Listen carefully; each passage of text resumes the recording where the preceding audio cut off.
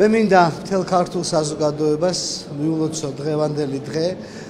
მადლობა უთხრა ყველას, ვინც მონაწილეობა მიიღო ახალი ქართული ოპერის მშვენიერი შენობის შექმნაში და მადლობა უთხრა აგრეთვე ამ მშვენიერი პრემიერისთვის, რომლითაც ასე ვტყვებით დღეს. მინდა მადლობა უთხრა ყველას და კიდევ ერთხელ გილოცავთ დღევანდელ დღეს. მადლობა.